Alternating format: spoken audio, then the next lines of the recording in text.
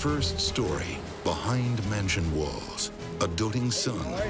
Do not contact the authorities. Do not get the FBI involved. Becomes a kidnapper's meal ticket. He knew we had access to some large amounts of cash. And later, a greedy hand reaches from the underworld. Basically making a living smuggling heroin into the country. Dragging a wealthy family into the darkness. The body was so badly decomposed that identification had to be done by fingerprints. I'm Christopher Mason. The Protestant work ethic suggests that hard work is the path to prosperity and a ticket to heaven. But some who decide to take the shortcut to riches will surely find themselves at the burning gates of hell when they kill for cash.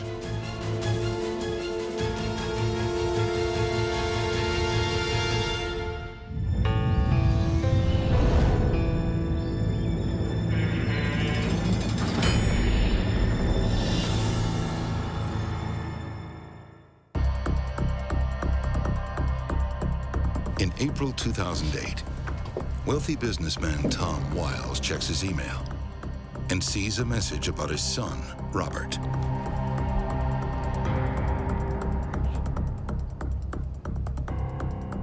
At first, I thought it was a joke. But this is no April Fool's prank. It said that Robert had been kidnapped. Basically, it was a ransom email. It said, you will get your son back if you give us $750,000. When most of us fly, we buy a ticket on someone else's plane. When the rich fly, they don't need a ticket. They take their own jet. Keeping those private planes in the air is big business. Thank you very much. No one knows that better than Tom and Pamela Wiles. Hi, Pam. They own this multi-million-dollar company, National Flight Services, with locations all around the country. Primary business is the maintenance business of airplanes, primarily general aviation airplanes. So it encompasses everything from flight schools to charter airplanes. They've built their aviation business from the ground up. And now they're flying with the big boys. They had a lot of money, and it was a very well-established company. The rising star of National Flight Services is their son, Robert. Robert was a good man. Was accomplished in most things that he did. Came up with the software update, the fantastic. It's all sorted. I think it was assumed that someday he was going to take over the company. Rob helps run the company's Florida branch in Lakeland, just outside of Tampa. Living close to the Gulf of Mexico is the perfect life for the 26-year-old outdoorsman. Robert Wiles was this young, athletic guy, loved to fish, loved to be on the water. He was quite good at it, and he would get in his little 21-foot boat and go out 35 miles offshore and get some of the biggest fish I've ever seen. On April 1st, 2008, Yeah, what's happening? Robert Wiles is working late in his office at Lakeland Airport. As the boss's son, he wants to set a good example by putting in extra hours. He was kind of getting a pretty good background in the business. He actually works in the parts department and sales support and things like that. Robert is still at work around 6:30 p.m., according to the firm's operations manager, Toby Holt. But after that, Robert vanishes.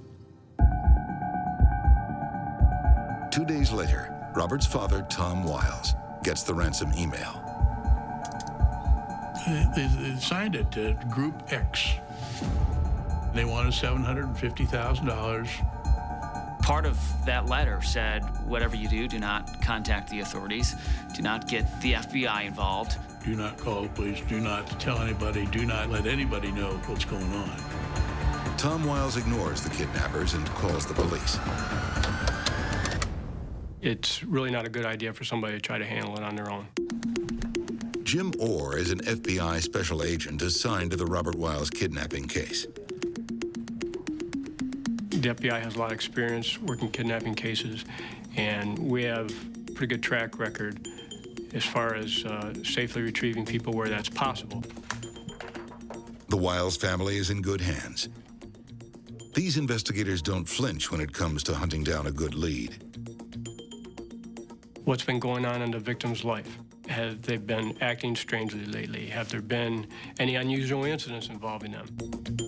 The FBI wants to know where Robert has been and who he's been associating with. The answers span half the globe. Robert was dealing with customers in Thailand, in Colombia, in Jordan, in the Middle East. There are countries like that where it's pretty common to kidnap people for ransom, and once they get paid, they let them go. And that's exactly why National Flight Services took out kidnapping insurance. We were doing more traveling in South America, Central America. I wanted to be sure that we had sufficient ransom money to get our people back.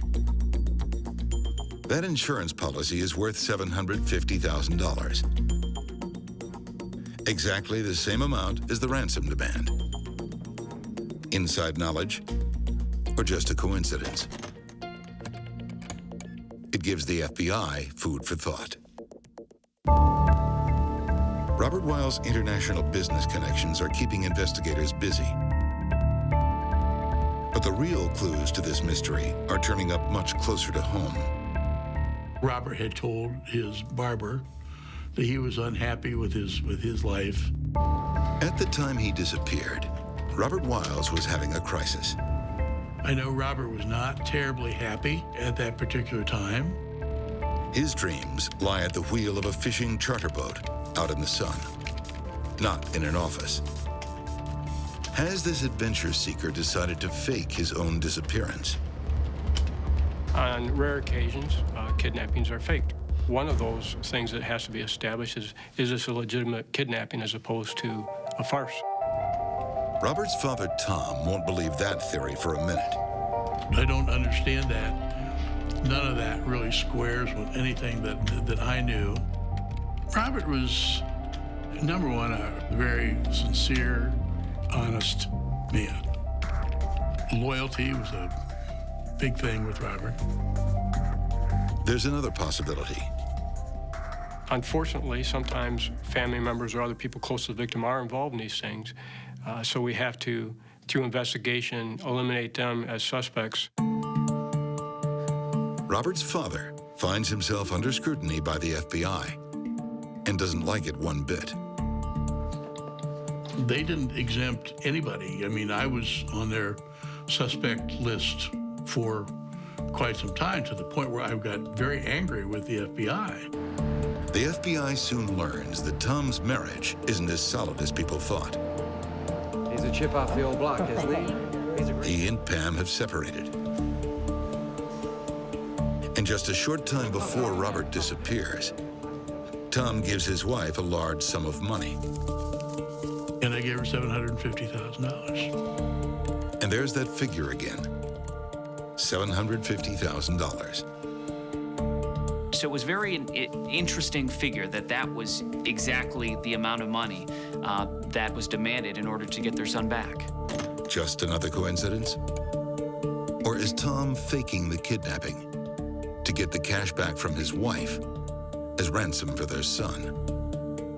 Tom Wiles says the payment is for the family's financial security. It's not a separation agreement. She just said, I want you to leave enough money here so that we, and she specified we, would not be broke if the company went down the tube. While the FBI looks into the wheelings and dealings of the Wiles family, another suspect emerges. Eventually, they turned to an employee, Stephen Lindsay. He was fired from NFS. He had a drinking problem. He didn't get along that well with Mr. Wiles. Steve was trying to come back to work at National Flight, but I would not hire him back until he was clean for 2 years. Steve, Steve has hit hard times since being fired, but he has a plan to get back in business, partnering National Flight Services with another company. Robert Wiles was going to make that plan happen. Steve liked Robert, and Robert looked at Steve as a guy who could help him bring in more business, and Robert was trying to get him rehired. But Steve's problems with the booze still have the better of him. So Tom Wiles shuts the plan down. We cannot have anybody in our employee in the aviation industry, especially rebuilding engines, who has a reputation of being an alcoholic. I can't go through with it, I'm sorry. Steve Lindsay is shattered. His life is in ruins. And he swears he will get revenge. Steve became a suspect because Steve could not account for his time when Robert went missing. A weak alibi and a strong motive. It's a combination that puts Steve Lindsay squarely in the sights of the FBI. Problem is, when they go to round him up for more questioning, They couldn't find him. He was nowhere to be found. Being the child of a millionaire confers many benefits, but consider the costs. To a kidnapper's eyes, you become a walking target for easy cash. They know any parent will pay for the safe return of their child. It's just that wealthy parents can pay so much more. when businessman Tom Wiles gets a ransom demand for his son Robert, he has only one instinct: pay the money. Tom wanted to pay it, because Tom wanted to do whatever he could to get his son back. How am I supposed to do it? It's my son. I cannot afford to lose my son. But Tom soon finds himself a suspect. He's separated from his wife, and she's costing him money. Maybe he wants her to pay the ransom. That's not the only theory in the FBI's notebooks. Did his missing son fake his disappearance to escape the family business? Or was a disgruntled alcoholic former employee out for revenge? Tom is gonna pay. The FBI has a warning. Whoever is behind this is not to be taken lightly. It's an aggressive crime, and it takes a certain amount of aggression and confidence to carry out that kind of crime where you're going to take someone against their will. It's high risk, even more so than murdering somebody. The kidnappers have an odd request. They want the money delivered to Robert's office at Lakeland Airport, Florida. The deadline was April the 8th, and we had a box in place in Robert's office by the 8th. Whoever comes to get that cash will be walking right into an FBI trap. SWAT teams are at the ready, and the money has been switched with coffee. They figured out exactly how much $750,000 weighs, and then they put coffee in a suitcase instead of the money. The FBI needs a trusted insider to help with the sting. Tom Wiles has a loyal worker in mind. Toby.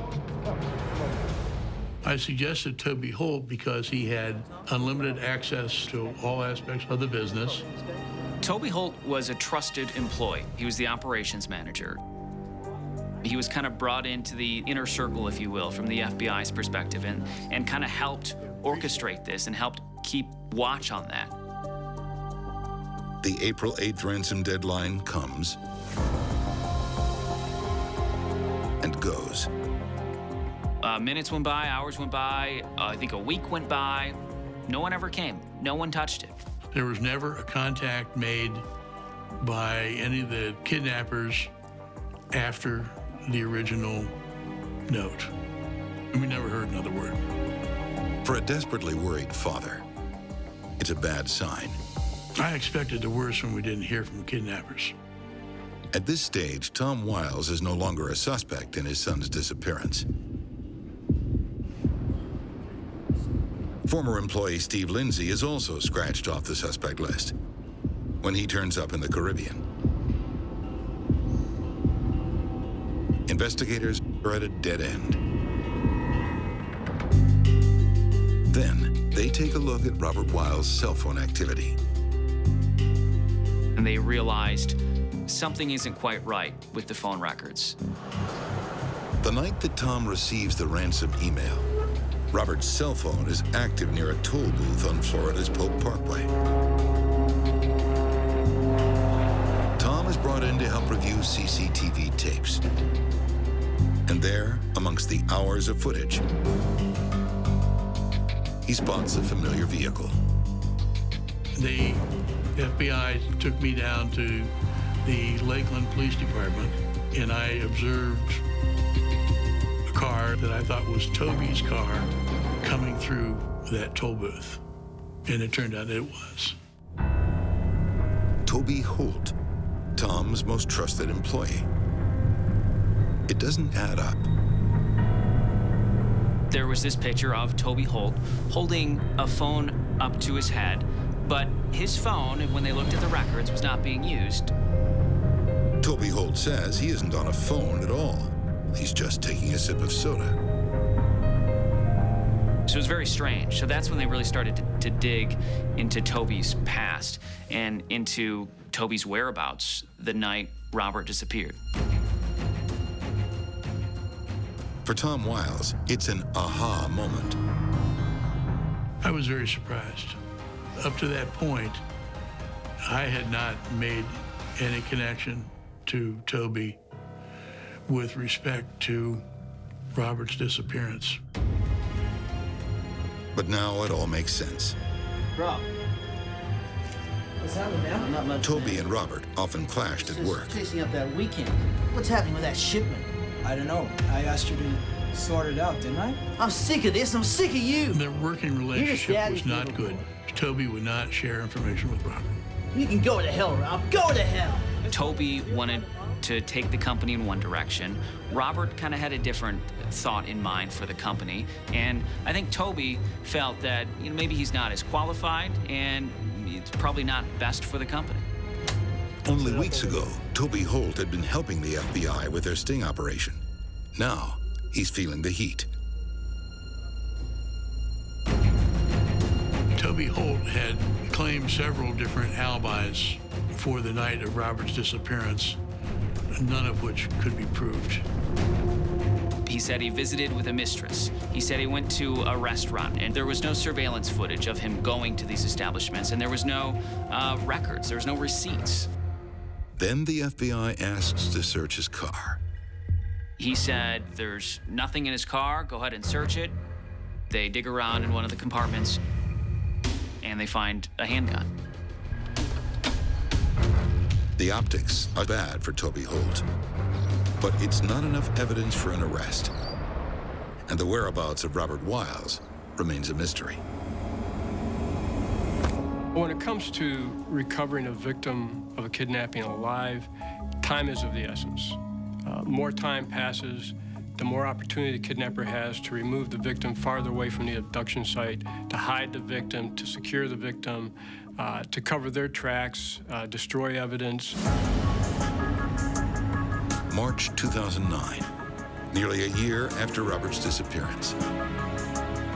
The FBI brings in some fresh pairs of eyes to take a look at the case.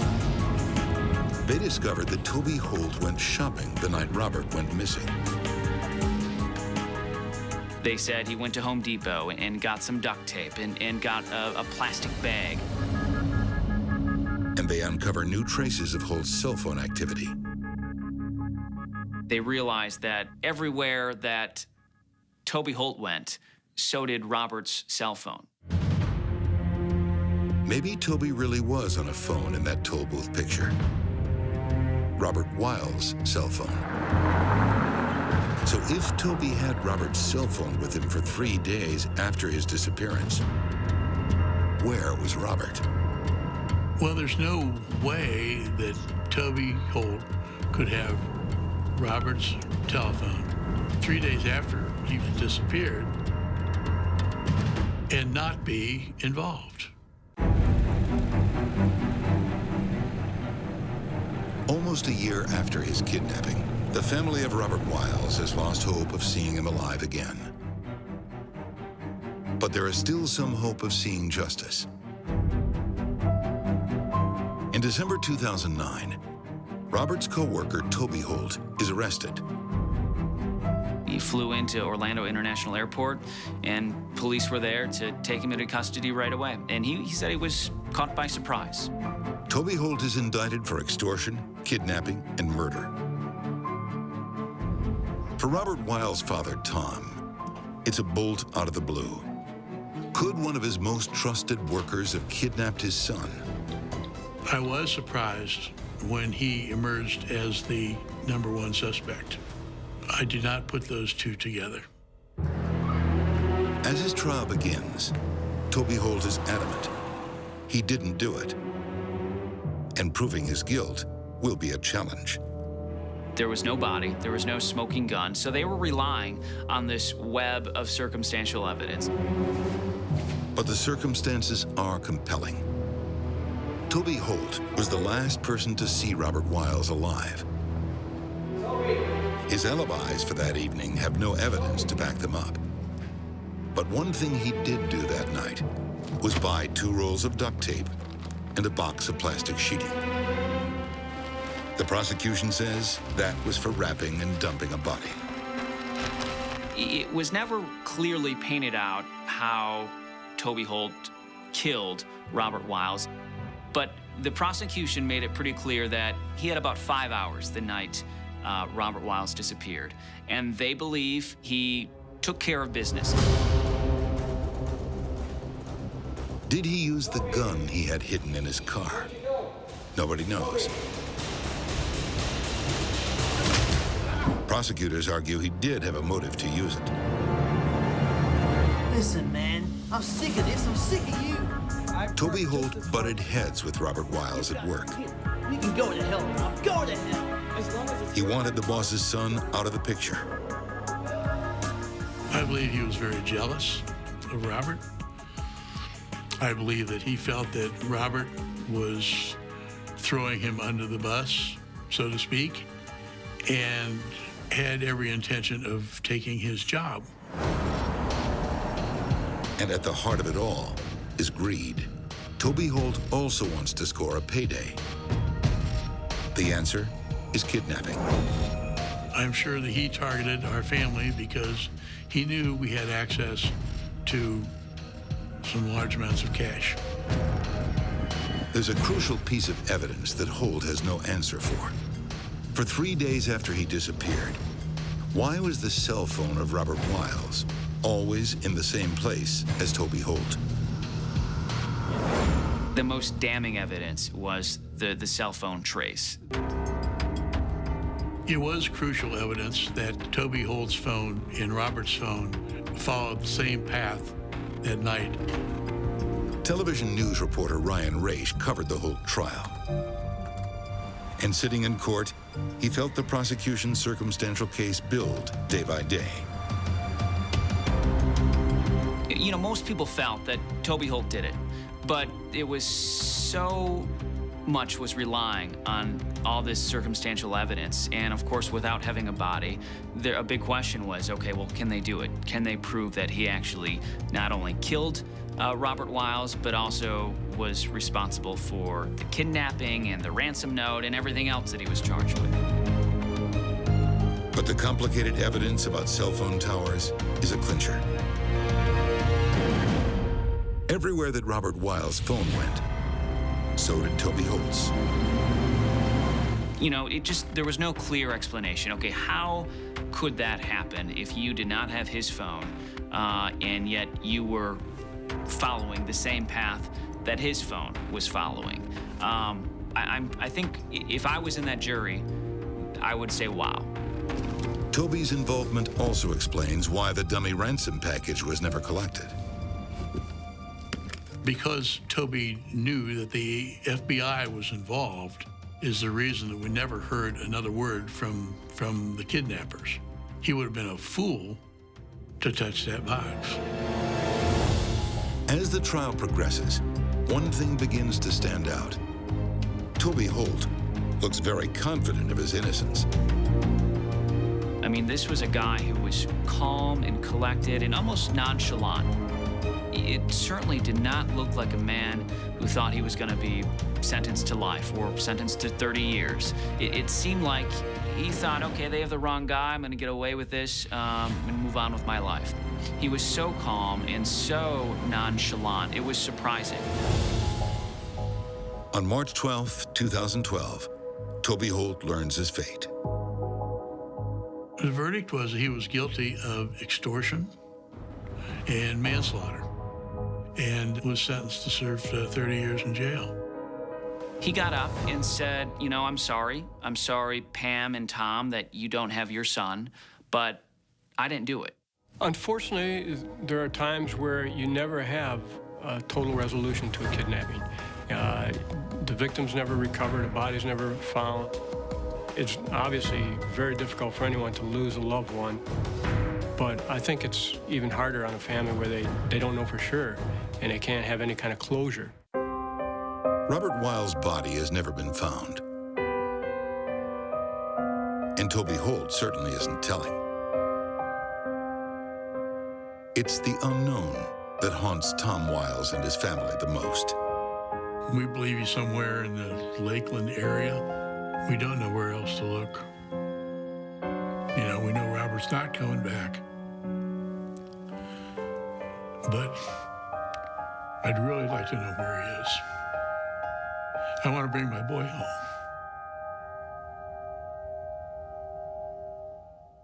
Losing a son is tragic.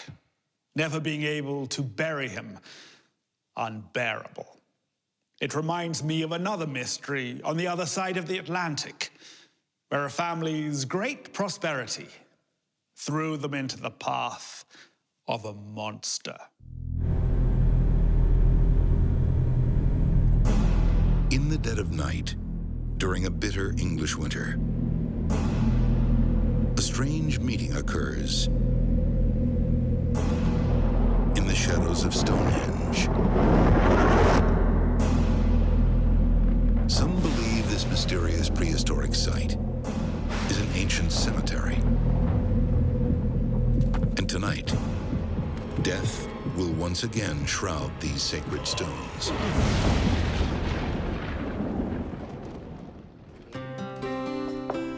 In London, England,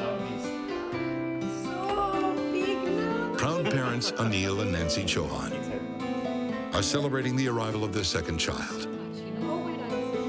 Nancy's mother has just arrived from India, bearing gifts for her new grandson. You know, when your papa and I got married, you wore one exactly the same. This is a little bit sacrifice. She came over on sort of quite extended holidays to sort of look after the children and see the family. Anil immigrated to England a decade ago with dreams of prosperity. He married the much younger Nancy in 2000. He was very happy with her, and he had two very young children, Devinder and Ravinder. Anil's dreams of prosperity hang on his thriving import-export business called Seba Freight.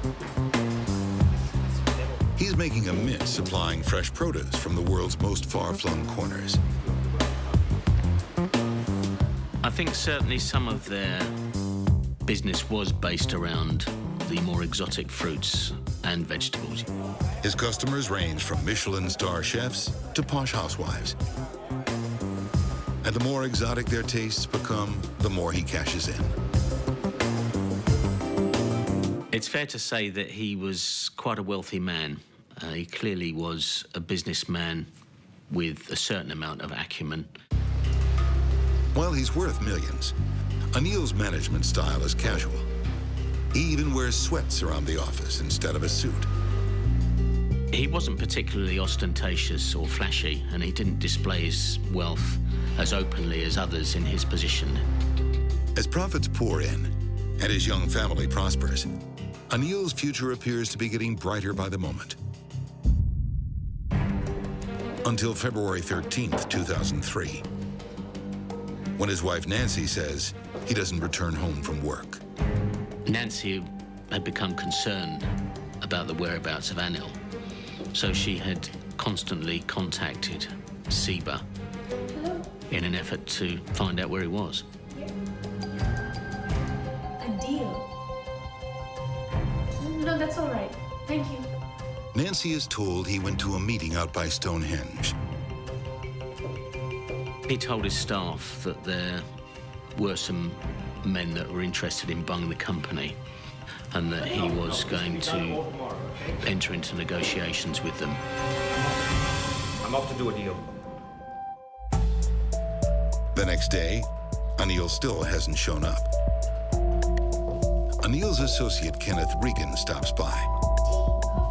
He's a businessman working with Anil to secure a land deal. Nancy Chauhan knew Kenneth Regan, so she had daily contact with him. She'd known him from work. So you've been worried about Anil? He hasn't called all day. Oh, he left a message. Oh. Here, on my phone. Kenneth Regan assures Nancy that everything's okay. Yeah, that's the one. He plays a voicemail message from Anil. Tell Nancy I'm okay. I'll be home tomorrow. She relaxes a little and goes back to her new baby. But life will not return to normal for Nancy Chauhan. 24 hours later, Nancy, her mother, and her two young boys go missing. An entire family with a fortune in the millions has just disappeared. Adjusting to a new culture in a foreign land isn't for everyone. When the entire Chauhan family quits London to return to India, onlookers seem to accept that English life just wasn't their cup of tea. And for one man in their circle, that homesickness for Mother India provides an unexpected windfall. Kenneth Regan has always liked the look of Anil Chauhan's business. And now it has just fallen into his lap. He's the new boss of Siva Freight. Anil's gone back to India. Didn't like England anymore. Mr. Regan had turned up in Chauhan's freight warehouse and he produced this piece of paper which was a power of attorney which had appeared to have been signed by Mr. Chauhan. Kenneth Regan informs the staff that their old boss has moved back to India. And now he's in charge. Anil Chauhan was a very lackadaisical boss, from what I can gather. So people at Siba wouldn't have found it too unusual, I don't think, when Kenneth Regan turned around and said, this is what's happened. So all the drivers and all the workers were basically, OK, Mr. Chauhan's gone, we're supposed to follow this guy now. While his old employees don't seem to miss him, Anil Chauhan's wife, Nancy, is being missed. Nancy had a routine whereby she would speak to her brother, Onka Verma, who lived in New Zealand, on a regular basis. Onka Verma became increasingly worried about his sister. Onka Verma was unable to contact Nancy, so he then made inquiries at Siba Freight. Nancy's brother Onkar has Anil's power of attorney documents faxed to him. And they just don't look right. The signature at the bottom of the supposed power of attorney was a mere squiggle and was nothing like the genuine signature of Anil Chauhan. That squiggle is enough to get him on a plane to London. 2 weeks after his sister's disappearance, he walks through her front door.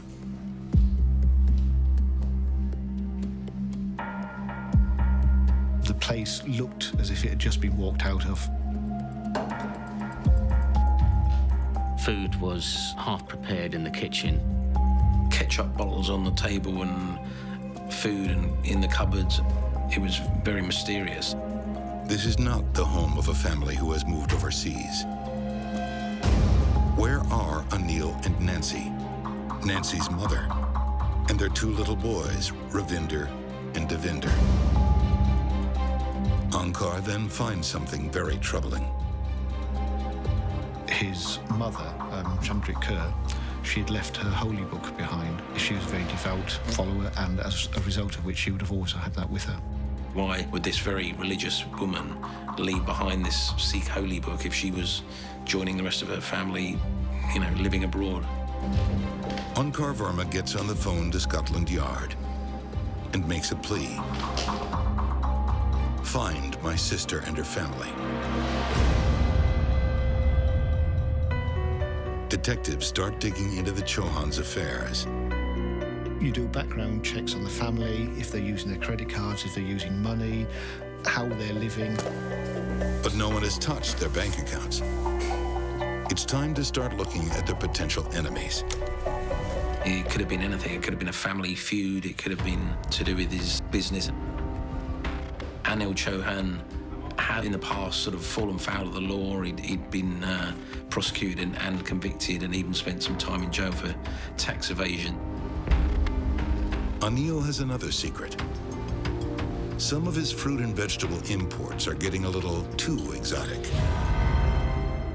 Rumours surfaced that the company, Seba Freight, had been involved in the import and export of a substance called cat. Cat is a narcotic shrub grown in Africa. When chewed, it gives users a high, similar to cocaine. Its legality is a gray area. It's legal to import it to the UK, but it's, however, illegal to export it to the USA. Because of the nature of Anil Chauhan's business, it would have been perfectly feasible for him to be involved in the movement of cat. And it was suggested that perhaps Anil had fallen foul of rival importers, and this was why he had disappeared. Dabbling in the black market always comes with a risk. Has Anil pushed too far and paid the ultimate price? Detectives look to Seba's newly minted manager, Kenneth Regan, for answers. The story was from Regan. Chauhan had decided to just leave the country, maybe partly under pressure from these cat exporter people. He said that Anil had looked for a false passport, he's looking to leave the country. The lead sounds promising. Until just after Easter. Parcel tape had been wrapped around his face, covering his nose and mouth. The dead body of Anil Chauhan is found floating off the south coast of England. The body was so badly decomposed that identification had to be done by fingerprints. And hidden on his body, a secret that will expose the evil at the heart of this case.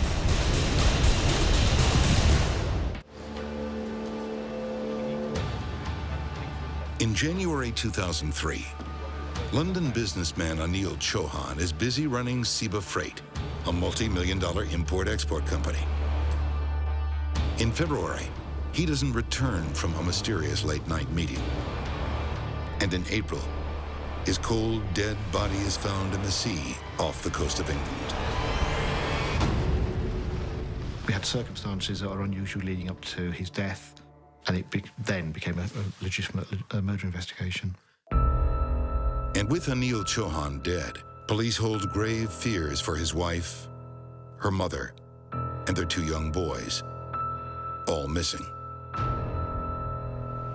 Just as Anil's body is identified, detectives get a new lead. They race to the country estate of a manager recently employed at Anil Chauhan's freight business. That there'd been some activity in one of her fields where men had been digging up part of the field with diggers. As police sift through the soil, they find something.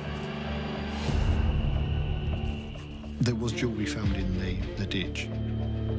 It looks like a mass grave, but the bodies are missing. They found evidence under the soil that bodies had been interred there, and there was a partial DNA profile belonging to Anil Chauhan. Where is the rest of the Chauhan family? The owner of the field has a name for the police. The man who did the digging was Seba Freight's new boss, Kenneth Regan. Regan had dug the field with 2 friends, Peter Rees and William Hornsey. When police come knocking on their doors, they've all flown the coop. They both travelled by ferry to France and disappeared. It doesn't take long to discover that Kenneth Regan has a dark, violent past. Kenneth Regan had a criminal background, and he had previously served a significant term of imprisonment for drug importation offences. Kenneth Regan was basically making a living smuggling heroin into the country. Kenneth Regan will stop at nothing to get what he wants. He visited Nancy Chauhan the day after her husband went missing. Did her suspicions drive him to take the most drastic step of all? Murder an entire family. Kill 2 babies, ages 18 months and 4 weeks. While Regan's on the run in Europe, bodies begin to wash ashore back in England. They were those of Nancy and her mother. Nancy's body was discovered by fishermen very close to the Isle of Wight, and in fact not very much at all remained. In September 2003, police find and arrest Kenneth Regan and his henchmen. All 3 pleaded not guilty to the offences right from the outset. In November 2004, the trio goes on trial for murder in London's Old Bailey Criminal Court. They claim a drug smuggling gang forced them to dump the bodies of the Chauhan family. The truth is somewhat different. What we do know is that Anil Chauhan was called to and attended the meeting with Kenneth Regan at Stonehenge in February 2003. Kenneth, what is this? You've had your chance. Now we're going to do things out. I'm not doing this deal. Subsequently, he was abducted, held captive by Regan at his address, and forced to sign various documentation, police believe including the power of attorney. Over several days, Anil Chauhan is tortured by Regan and his henchmen. How about now? No. Get him. Eventually, Anil is broken. He signs over power of attorney and then records the voicemail to Nancy. Tell Nancy I'm okay. I'll be home tomorrow. Good, that's better. The voicemail to Nancy was in English, which was unusual because they spoke to each other in Punjabi normally. Anil Chauhan was a very intelligent man. I've got no doubt at all the fact that he left the message in English was part of his way of trying to get across that something was wrong. Anil Chauhan knows he's about to die, so he makes a final heroic move in the hope his killers will one day face justice. He found a piece of paper somewhere within that house and decided to conceal it on himself. He seized the note and folded it and put it in his sock. And he was subsequently murdered. Anil Chauhan is dead, but Kenneth Regan doesn't want any loose ends. To tie them up, he's prepared to murder the entire Chauhan family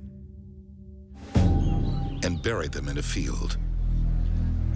I was never able to prove that all the family were in there. The only body I could prove was in there was Anil Chauhan's. But I find it inconceivable that they dug a grave the size they did do and buried the rest of the family elsewhere. But the bodies don't stay buried for long. Due to police activity, Regan got spooked and exhumed all 5 bodies again, and then transported them to the south coast, where by boat they were dumped in the sea.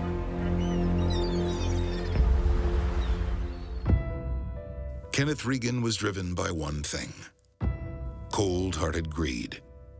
Regan's motive for the deaths of these 5 members of this family are purely financial gain. An import-export business is the perfect cover for a drug smuggler. Anil Chauhan's company was Regan's shortcut to the criminal good life. He wanted a front business.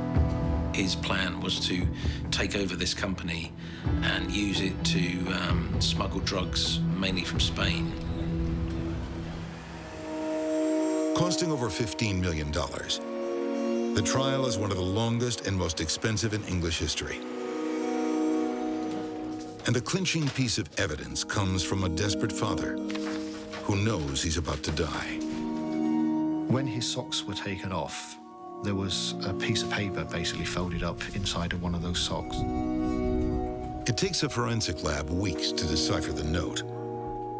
When it was opened, it was actually a letter from the Cheltenham and Gloucester Building Society to Kenneth Regan at Forge Close.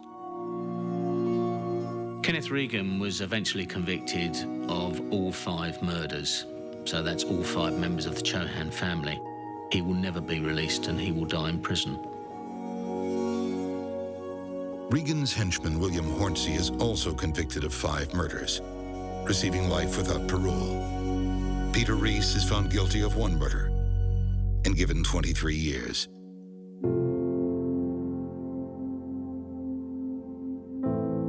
For me, and I think all the officers that worked on this case, the most disturbing angle is really the brutality that took place.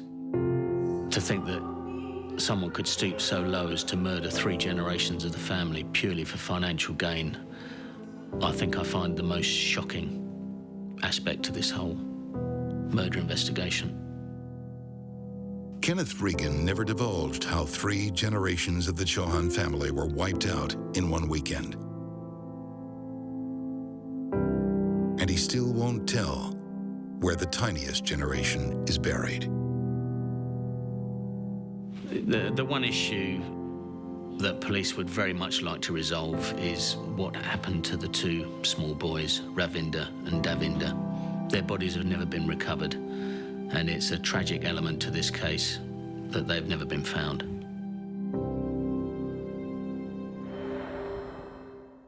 Innocent lives were ended, families destroyed forever. And all for what? A few lousy dollars. The promise of a ransom and a taste for revenge was enough to turn Toby Holt into a killer, while Kenneth Regan made women and children collateral damage in his evil quest for riches. There was a moral line, and the lure of easy money convinced them to cross it, arriving at a pitiless place where they would kill for cash.